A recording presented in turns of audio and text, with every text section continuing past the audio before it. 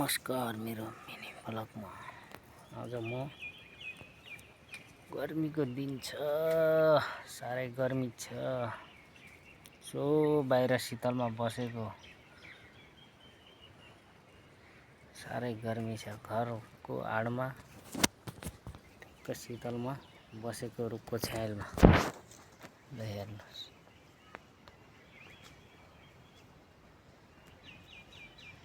यो मेरो गाउँ।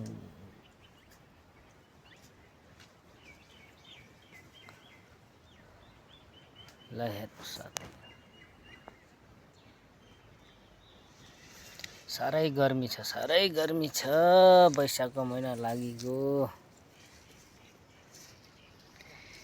कता कता शीतल छन्, त्यतै त्यतै बस्नु पर्यो। हेर्नुहोस्, मकै लगाएको, मकै पनि सुक्न लाग्यो।